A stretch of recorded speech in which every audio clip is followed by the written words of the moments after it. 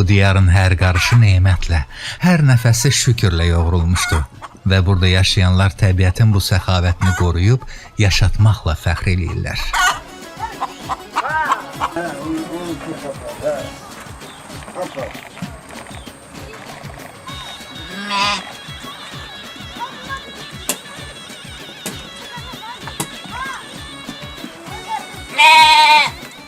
Kənd həyatında qonaqpərvərlik bir adət, bir borc, bir fəxarətdir. Hörmətli qonaq kəndə ayaq basan kimi elin ocaqlarında hərəkət başlayar. Ev sahiblərinin gözlərində xüsusi bir işıq yanar. Ənənəyə görə ilk növbədə evin kişisi meydana çıxır.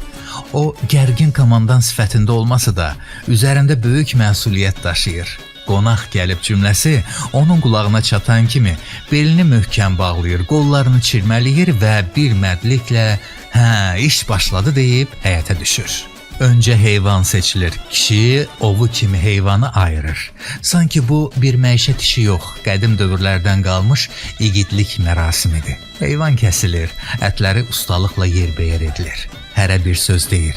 Biri qovurma olsun, biri kabab elə deyir. Digəri başayaqdan piti düzəltsinlər deyə öz təkliflərini ortaya atır. Amma bu anlarda evin kişisi əsl sərkərdədir. Sözün ağası odur.